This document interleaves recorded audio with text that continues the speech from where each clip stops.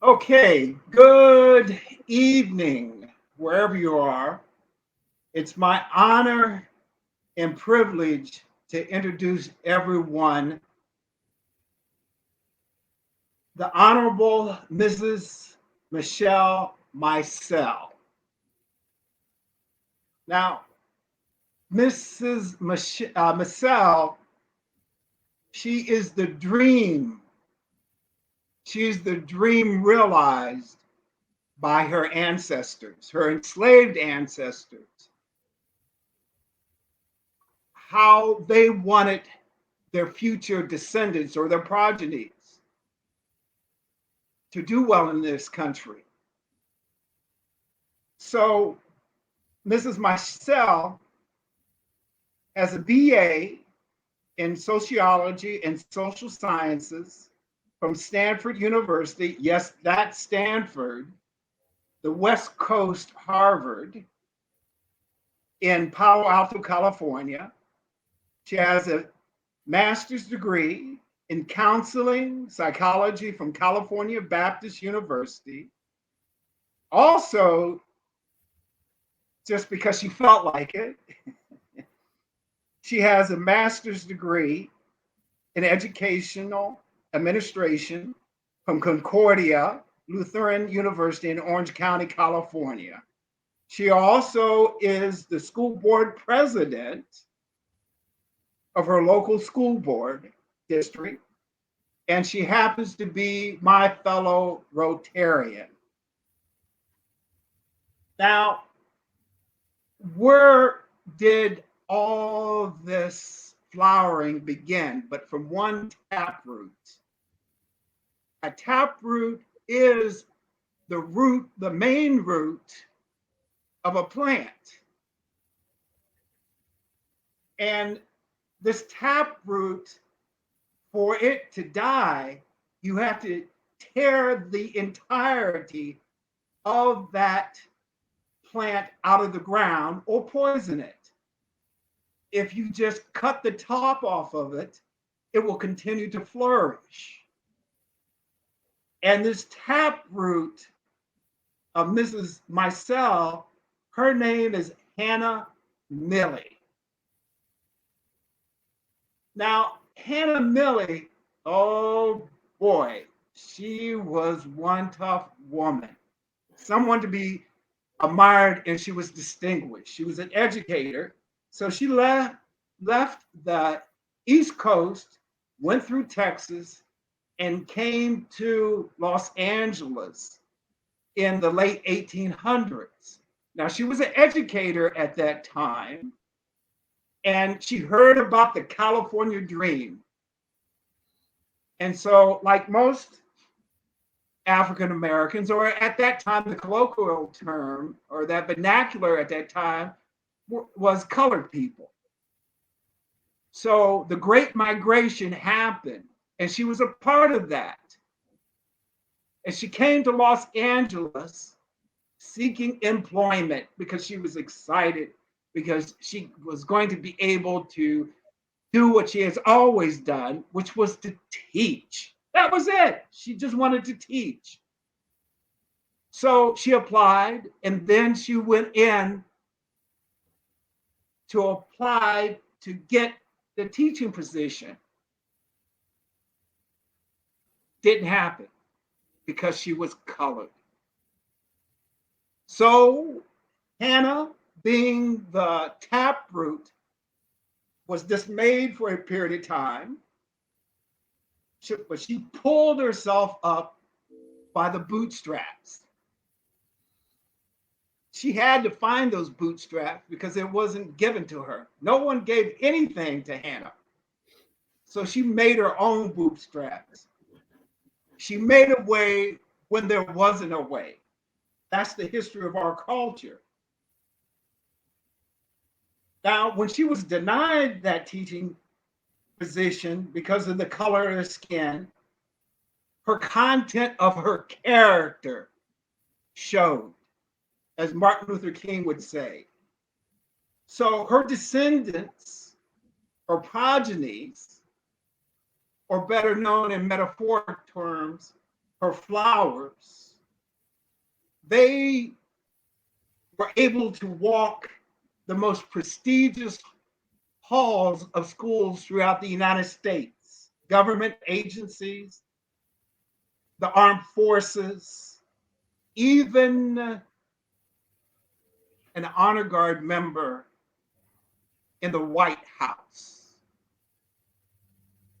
There are PhDs, there are doctors, school board presidents, and I can go, and military people, business owners, gifted intellectually and also with the hands. This was all the flowers of Hannah Millie.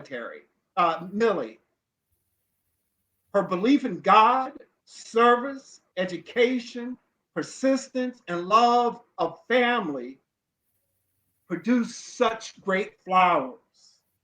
And I'm proud and honored to introduce Mrs. Michelle Maisel. Michelle, it's all Thank you yours. so much, Thomas. Thank you so much for allowing me to share my family story and journey in Southern California. I'm really honored for this opportunity.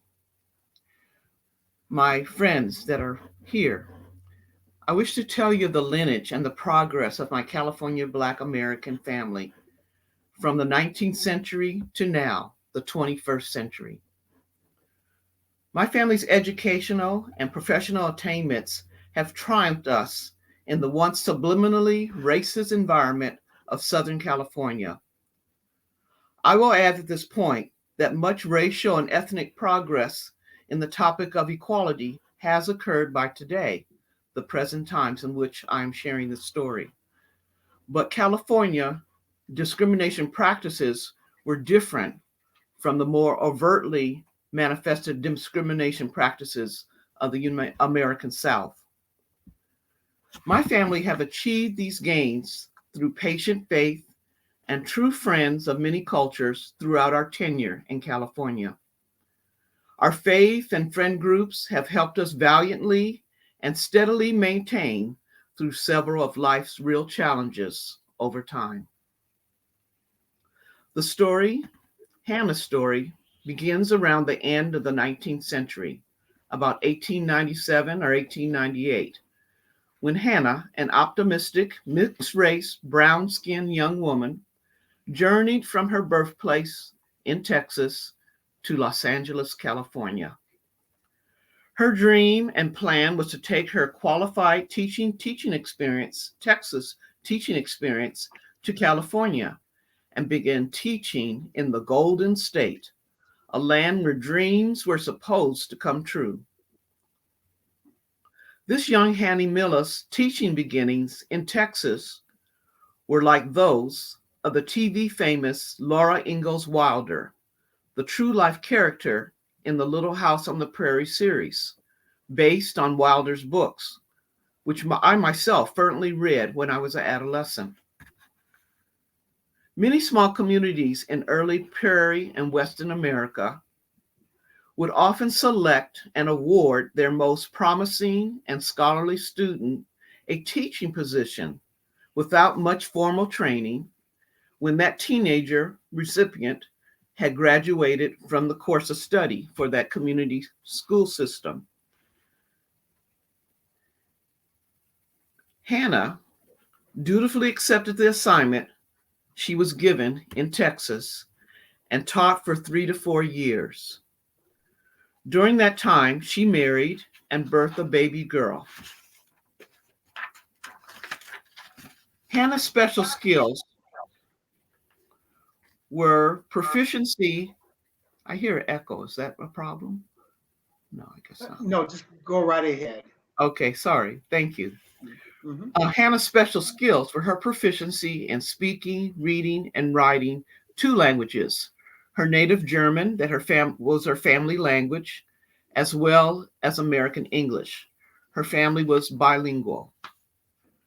She also demonstrated true concern for the welfare of her neighbors and that of her students.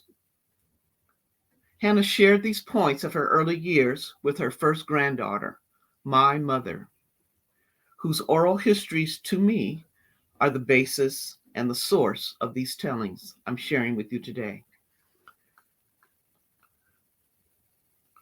Over time, this dedicated teacher, Hannah Milley, put her sights on traveling to California to experience the promises of California life. She saved some money, and her father lent her the balance. He believed she was making a good choice. She believed then she would be able to make a successful migration and began the journey. When she, her husband, and her toddler child arrived in Los Angeles, she felt welcomed. But when she confidently applied for an available teaching position at a Los Angeles school, she was denied employment. The reason? The school district at that time did not hire colored teachers, she was told. This was a crushing blow for Anna. But after a while, she overcame the shock. To survive financially, she eventually found employment as a rooming house manager and housekeeper in a downtown Los Angeles rooming house.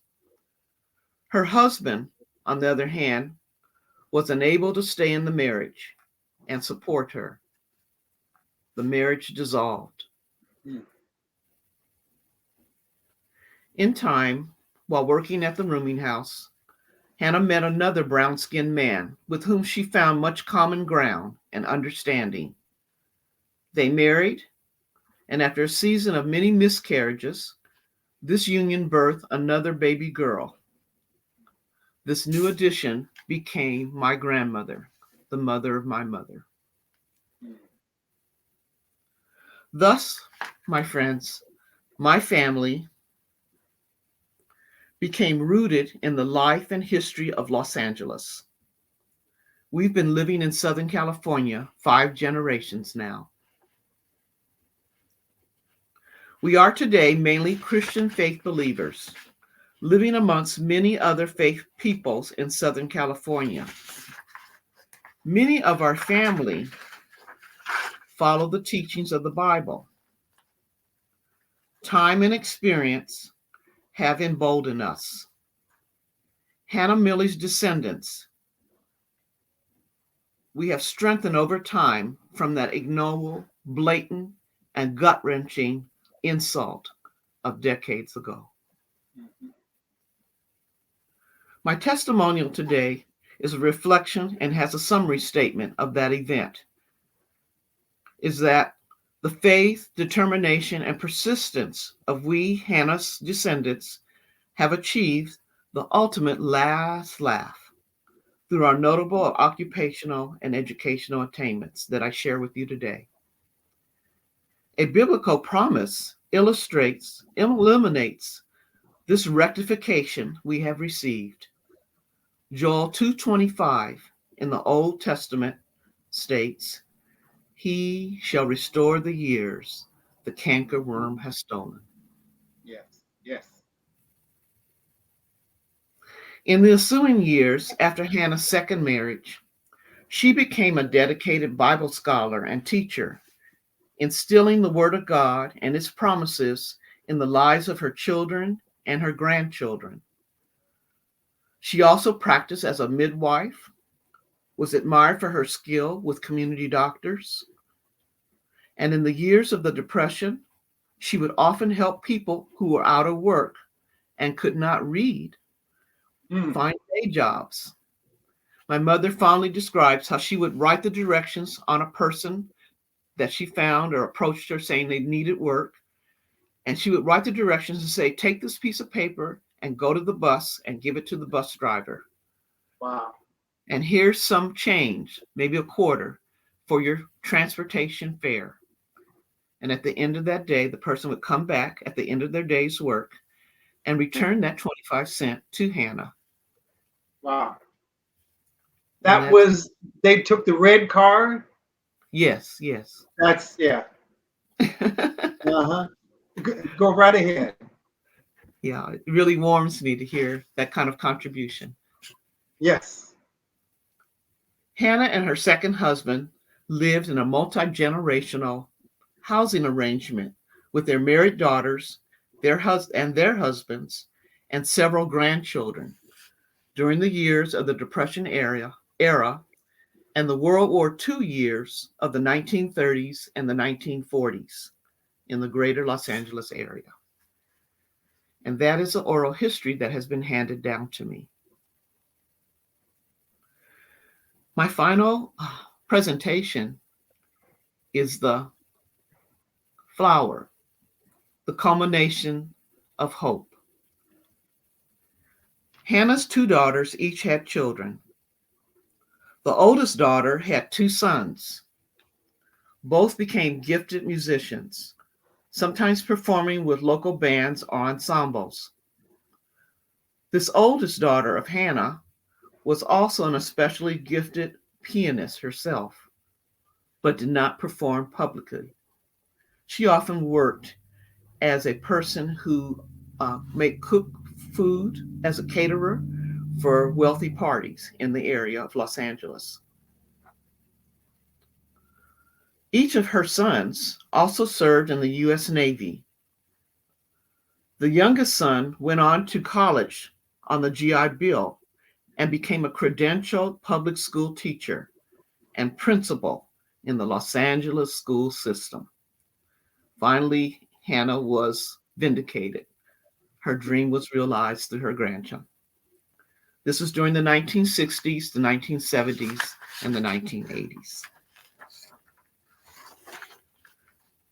Hannah's second daughter had four children, two daughters and two sons. Her oldest granddaughter, who is my mother, was a Department of Social Services AFDC supervising clerk, and in a second career served also in the field of education as a classroom instructional aide, and then later was promoted to be head of the Career Service Planning and Info program for high school students, also in Southern California. Hannah's third grandson served in the U.S. Army, then worked in the metalworks industry in Southern California. He was a gifted purveyor, handler of the metal skills trade. Her fourth grandson served in the U.S. Air Force, then used his veteran benefits to begin earning college units towards a PhD while working as a community service counselor. After much persistence, he earned his PhD in stress management psychology from Ryacon College, a holistic health school. He finally admirably served his career out as a hospital administrator for a well-known hospital HMO in the Southern California area. Hannah's second granddaughter studied at a college in Los Angeles and also earned a master's degree in education. She also became a credentialed teacher, a music teacher, and then a special education teacher with the Los Angeles City Schools. She was also a gifted and accomplished musician.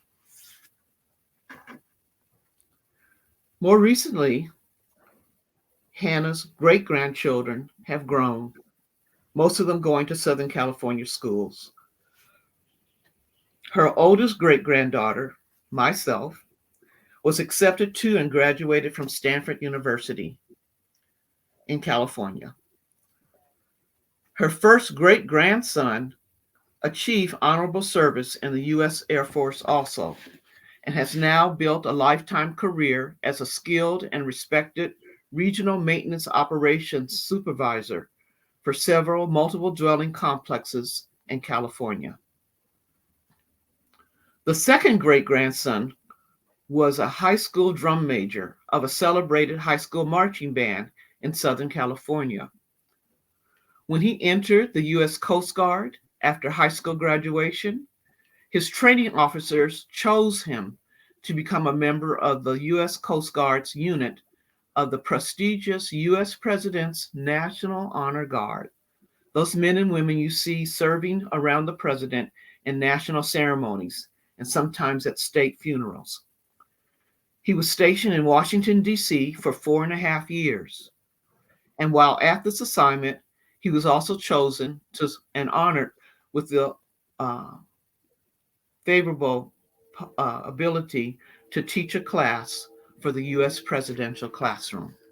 If you don't know, the What presidential class, president, if I may ask, yes, was you remember your family that he was able to participate in the honor guard? What president was that, if I it may was ask? during the years of 75 through 79. Okay. What an honor. Yes, yes, it was. Now, Hannah had some more great grandchildren who have made her proud.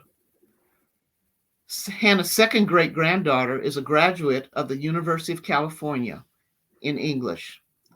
In a second career, she now works as a chief school manager for a national private school. Mm. The third great granddaughter has become a respected team member and team leader for a national bank, often leading trainings in operations for that bank. So you see the training gift continues on. That cell memory of Hannah. Yes, Well, yes. if I'm not going to be able to because of racism and because of the color of my skin, well, my content of my character will go like a living stream through my progeny, my descendants, and go Thank forth. Yes, yes.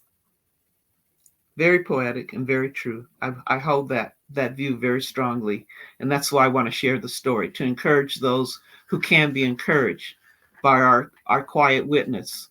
Um, don't give up. Keep persevering for what you hear within yourself that you can do to become your best self. Another great grandson has become a tenured and well respected customer service and customer relations leader for a hospital HMO. A fourth great grandson is a highly trained operations manager for an established printing company, also in Southern California.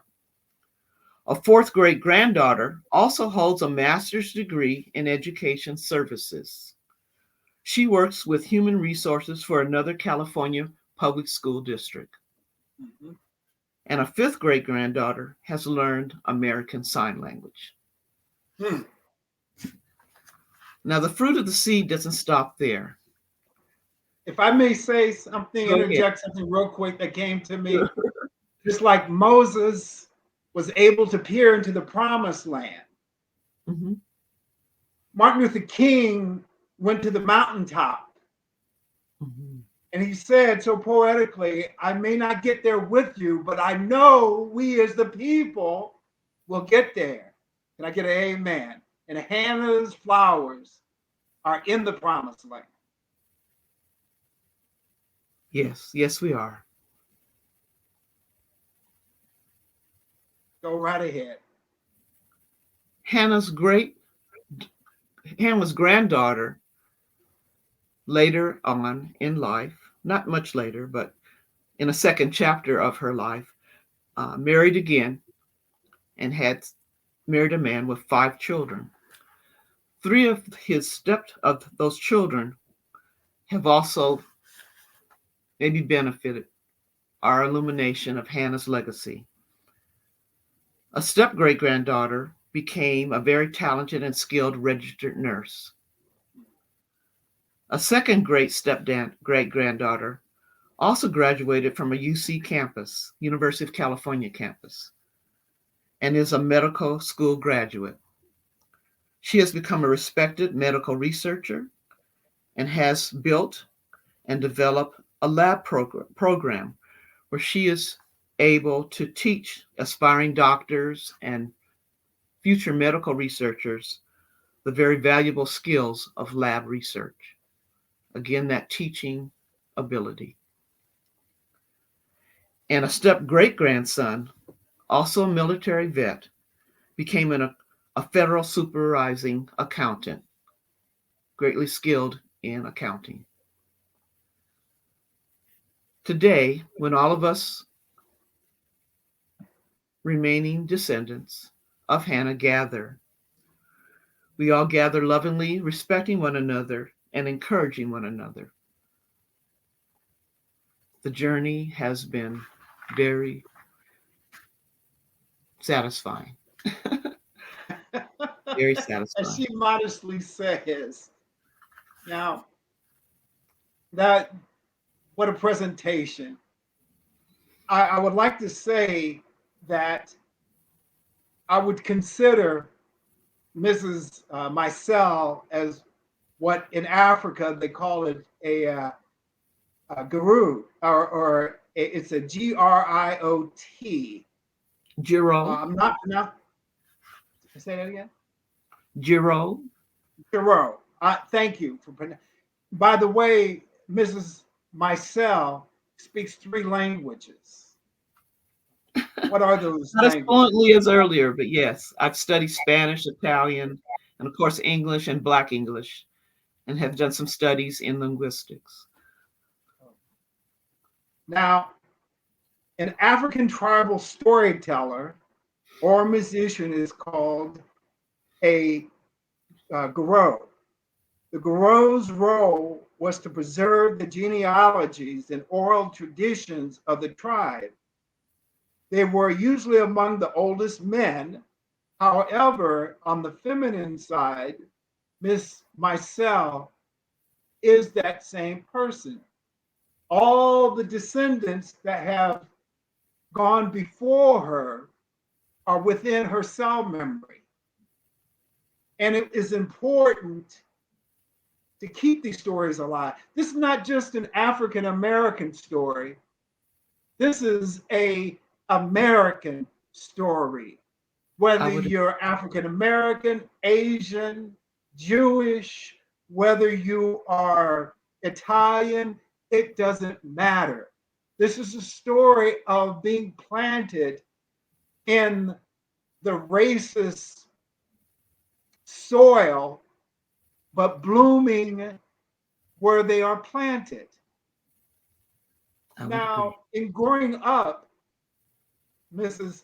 Maisel, what inspired you the most of the telling of the story of Hannah, or what values did your mother give to you to keep on going in spite of difficulties?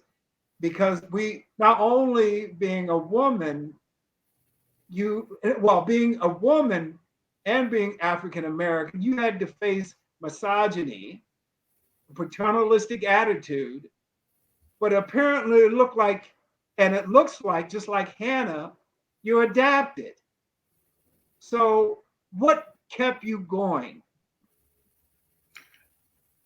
When I was young, I was a nerd in the modern vernacular.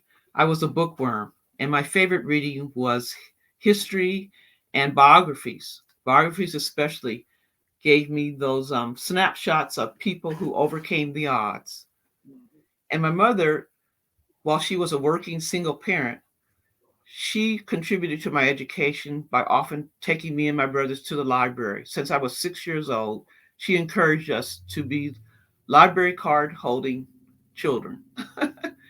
And she would often Yeah. try to buy books that she could afford so that we had a variety of reading materials. Mhm. And when I did begin working later in life in education, I started out as an instructional aide and I got to know some of the special education teachers. And one of the memories that came back to me was this uh, picture, kind of like a sketch that special education teachers would use and put on their walls to encourage their teachers. And it said simply this: it showed a generic human being, and underneath it said, God don't make no junk. Mm. And that came back to my mind today. That's That kind of was been, said by a African American woman in the late 1800s, as a matter of fact. But go right ahead. And that came back to my Amazing. memory lately. And I said, yeah, that's a simple but very inspirational example to keep on keeping on. That no matter how Mhm. different you may be to others, you are special. There's something special in you. And I have to say that was my guiding force when I was a tenured teacher. I've been in the teaching field for 24 years. And I always tried to, I've taught children from different ethnic backgrounds, different socioeconomic statuses. I've been a tutor from time to time. I volunteered in local churches, helping out with that curriculum. And my approach is that every child is precious. Everybody has something special to be developed and encouraged. Mhm. Everybody is a star, Yes. children as well Yes. as adults. And I close with that offering. Now, we had spoke briefly as a pre-interview about the necessity of being an informed voter. Hmm.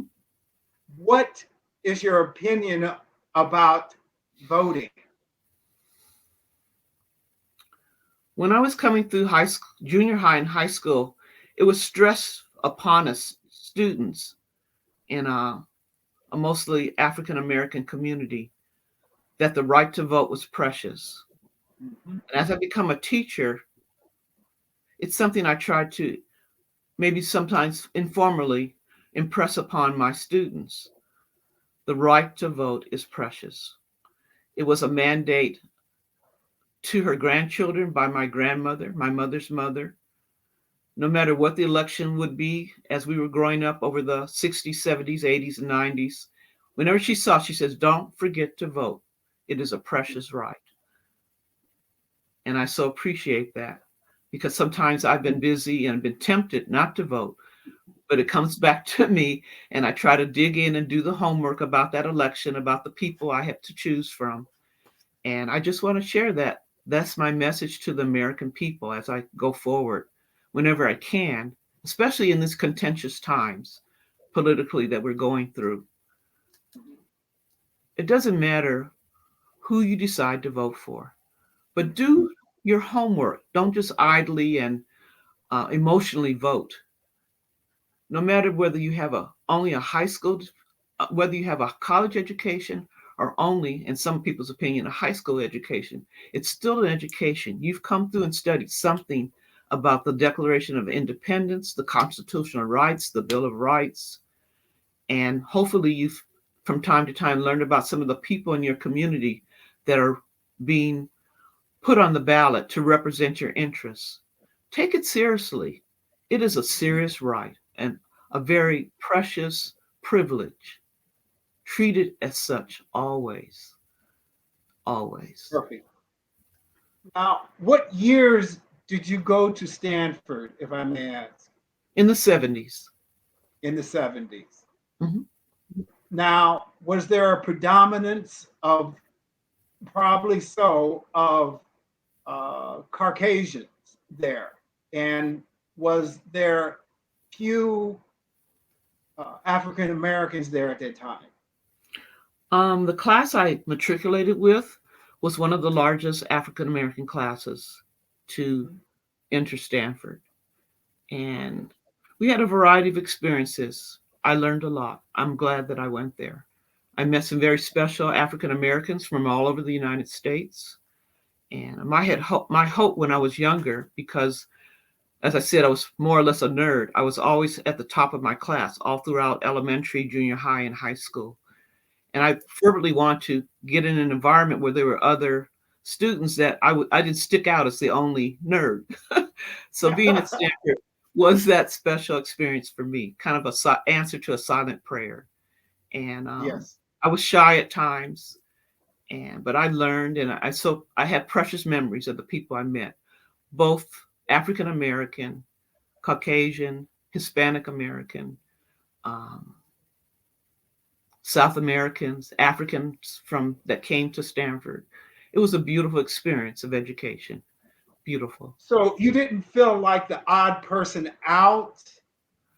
No, I didn't because of my family's preparation. I was raised Okay. to respect everybody.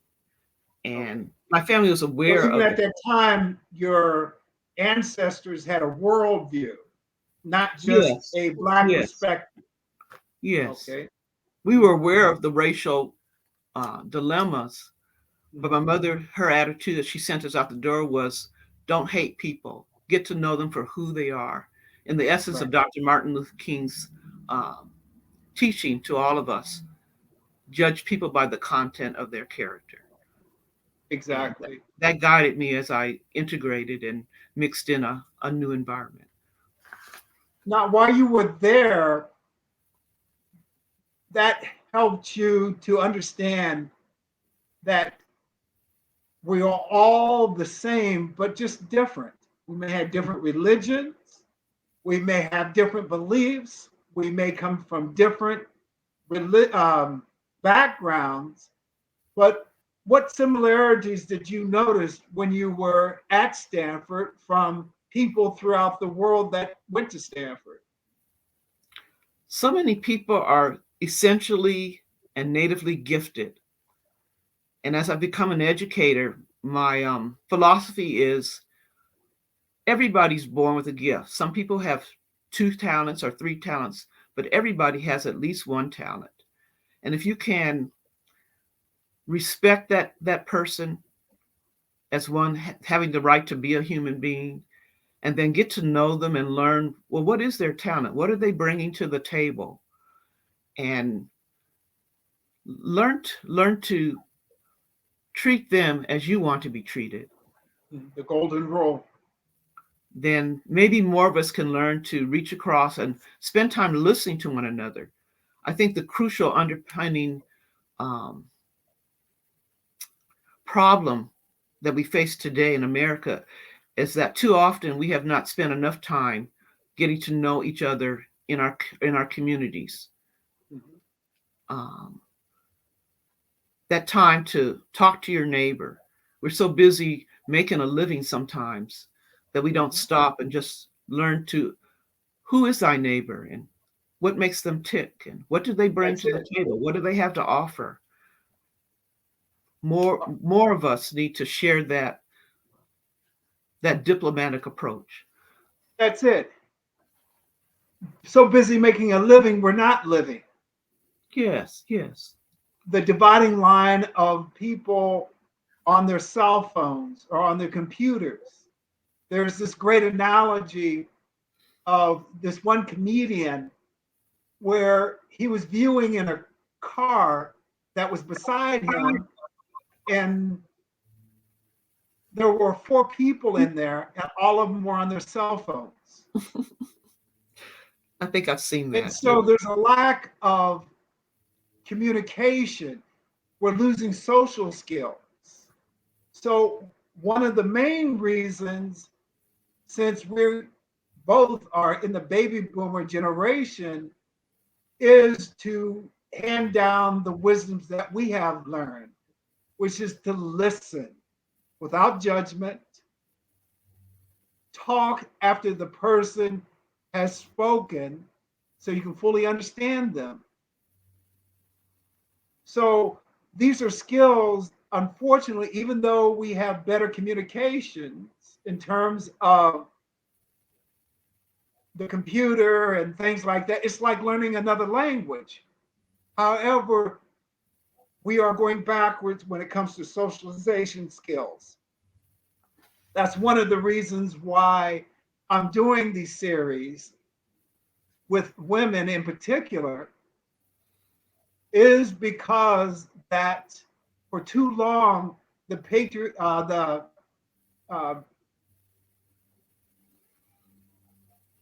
the male energy has predominated too much. There has to be a balancing, Yes, there does. and so as a result, I want to present to the world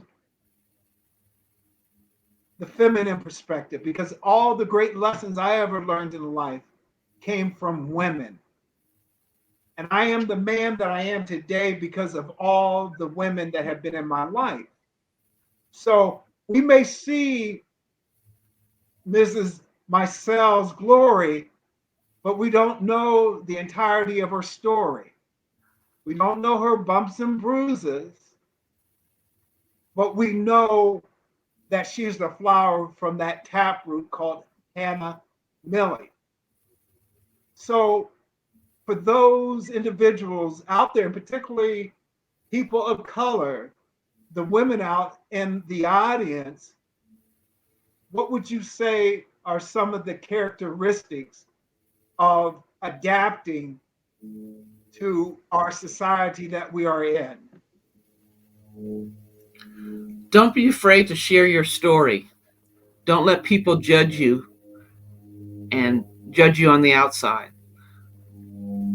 If you are a believer, you have any form of faith belief, the Christian Bible says God looks on the heart. Man looks on the outside, but God looks on the heart. And as we grow into knowing ourselves and loving ourselves, extend that love to others. Take the time to not judge them by how they look or present themselves on the outside. Extend to them a basic love that I can appreciate you because I'm valuable and I want you to know that you are valuable too. Exactly. Is there any books that you would recommend for, in particular, women that you have found to be belief changing within yourself? What has been valuable for you as far, because I am a believer, as you see the library of books behind me, or my books that I brought and given to me. Mhm. What books that there was one book by Ayn Rand, Atlas Shrugged. And so, what book made you shrug, Hmm. or I've recently, books? yes, a book. Right now, I'm revisiting Mildred Taylor's Logan Family Stories. It's an African American author who wrote of a African American family in the South. I would recommend that because she has the unique skill of showing the essence of the African American family and how they love themselves and bond together with one another in the face of the often unpredictable practices of discrimination in the South. That to me was a very inspiring story. Um, Educators that have inspired me are, um, I'm trying to remember her name right now. They come to Um, you. let's see. I can see her face, and I'm having trouble coding. The developer, the founder of the Bethune Cookman College in Florida. Oh, yes. Mary Uh, McLeod Bethune, yes. Her story always yes, inspires me. I read it from time to time, and it always gives me a burst of encouragement and faith. yes. That she at her time was a pioneer to make a national presence about as a Black woman. There have been other great men and women who started the historical Black colleges throughout the South, but her Mhm. story as a woman just inspires me personally. Marvelous, marvelous. And have you been able to meet any of your sheroes? All the time. There are many Okay. special Black women in Southern California, and I too am going to. I've decided that since I like biography so much, I've been honing my craft. I wish to tell the stories of these special people I've met in Northern California and Southern California. They might be ordinary people, but to me, they're the kings and the queens, especially the queens of this land, the hidden queens. They Mhm. serve in their communities. They make their mark in their profession. They have an attitude of service as a teacher, a social worker, a psychologist, a principal, um, many professions, people that I have met, people in the military too, women in the military. Mhm. Women, we need to just take the time to share one another's stories, to know that we are our own, our homegrown friends, that we have a lot to offer one another when we take the time to share. There's an African saying which is you educate, and I'm not putting down my own gender, Hmm. but it's a fact. When women prosper in the community, the whole community prospers. But Yes. the African saying says thus: you educate a man, you educate one person. You educate a woman, you lift up a family slash community. I believe that. I believe that. Yes, I am yes. from time to time get to read about missionary efforts in Africa and India by American people. There's different organizations, and I haven't remembered the names, that sponsor uh, tribal or um, women that are not in the forefront of urban life, and they will Right. make loans to them so that they can create a livelihood. And the surprising product of that effort is that this woman can create a industry for herself and the women of her village or her town. Mhm, And it's mhm. truly a great gift, a great investment. And that I share it because that illustrates what you just pointed out, that when women Exactly. prosper, they can show their children that it's possible to make a living for yourself. You only have to Mhm, have the courage to begin. And you don't have to, for whatever reason, different wars and historical imperialists at times are just separations from modern avenues, find people in poverty. But it's encouraging mhm, to see that those that can reach out and try to help those that are less able to enrich themselves. mhm. And I believe for those that are trying to do the same thing here in the United States, we all need to encourage those that are less able to help them believe that they too can have a better life wherever they are in life at this point in time. Mhm, Just encourage them. And if you know the resources they can reach, uh, going to junior college, getting a mhm, career program, mhm, encourage them. And I speak probably as an educator. That's been one of my missions. Sometimes I just talk to people and say, "Did you know?" And then, of course, I meet mhm, people that let me know about the resources in my community. And I really value that exchange. And I think it would be a saving grace across America. Those that feel disenfranchised because of race, because of threats that they're going to be in a minority, that they're going to lose their identity.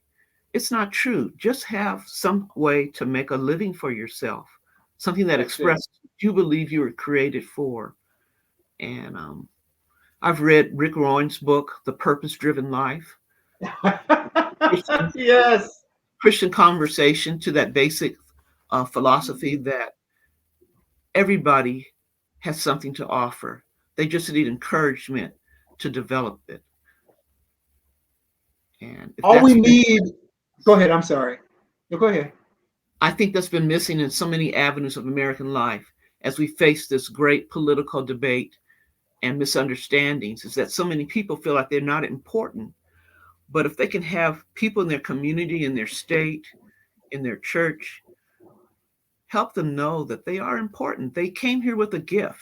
Maybe they didn't get the Mhm, opportunity to have a teacher that pointed out that gift to them. But as an right. adult, somebody in your life can let you know that you are special and you can make a living by it. You don't have to remain totally poor. You may not be exceptionally wealth, but you can have a basic standard of living. And so many people start one career and then get more job training and move up to another career. You don't have to have a boring work life. There are Mhm, avenues to increase your chances, your expressions of what you believe in, what you have a passion for. mhm. And that's what I try to Mark share Twain with. once said there are two important milestones in your life. The first one is when you're born, and the second one is when you find your purpose in life. Mm, mm. I like that. Yes. And we can talk about Oprah Winfrey and Maya Angelou and things like that.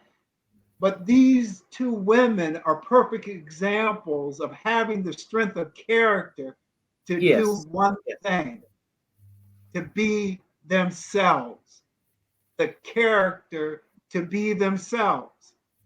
And when they found their purpose in life, that's when their worlds opened up and they were guided to do God's will.